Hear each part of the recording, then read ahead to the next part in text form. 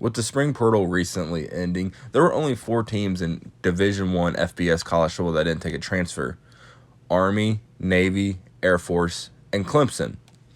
Yes, you understood me correctly. That is 3 schools that you need a congressional recommended letter to get in, and Clemson, who is one of the powerhouses in college football, or has been in recent memory.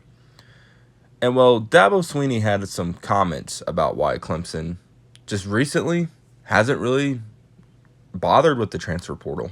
Dabo recently said in an interview at ACC Media Days with SiriusXM on their ACC channel, said every team takes in transfers, talking about the high school recruiting, and then also brought up that there's kids that are going in the portal that know where they're going, and then kids that are going in the portal that Clemson just can't afford.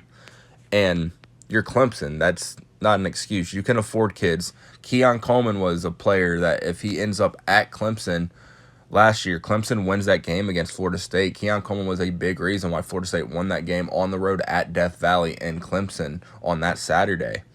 And with the lawsuit of Clemson going against the ACC and them trying to get out to either end up in the Big Ten or the SEC, Clemson has to change their ways.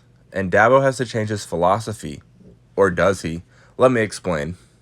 Clemson's whole philosophy on NIL is spending to keep their roster intact, which I like to see. Reward the players that you have recruited and developed.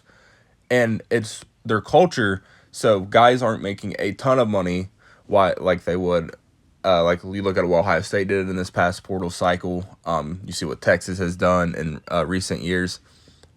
And Clemson can kind of pay a little less because of their logo, and they can get you to the NFL while also having that culture of not everyone's going to make the top dollar, but us as a collective, as a unit, can really shine on the biggest stages, win at the highest level, while in the same time preparing to get to where we really want to get, which is to play in the NFL and play on Sundays. But with all that being said, to win at the highest level in college football in 2024 and beyond, you have to spend the money and you have to get those type of players in the transfer portal. The key example of this is Ohio State. They have Trayvon Henderson, who's arguably the number 1 running back in this upcoming draft class. They go and they get Quinshon Junkins anyway, the Ole Miss running back. They had pretty good safety play last year. They say, well, Caleb Downs, the number 1 safety in college football, is in the portal. Let's go get him.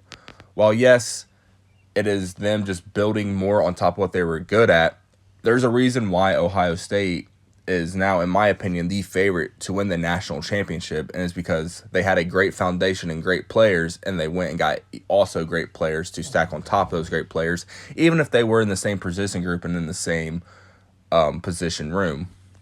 Now, I'm not saying Clemson needs to do this, but when you're at a Clemson, yes, you do have the depth of great players and these kids, but you might have a hole like Clemson. There's a lot of question marks about the receiving room.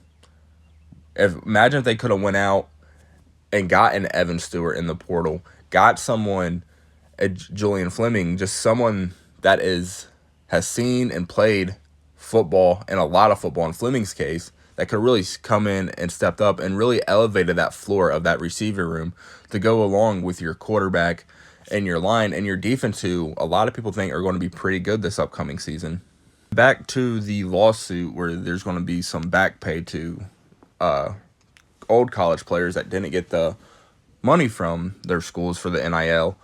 There's coming soon to where the schools are going to directly pay the players, and I think all this just proves Dabo is right. He's not going to have to change his ways. Clemson will be able to get some more guys in that might have went to an Alabama, a Georgia, an Ohio State, a Michigan, a Texas, and Clemson's right back in there, and Dabo didn't have to change.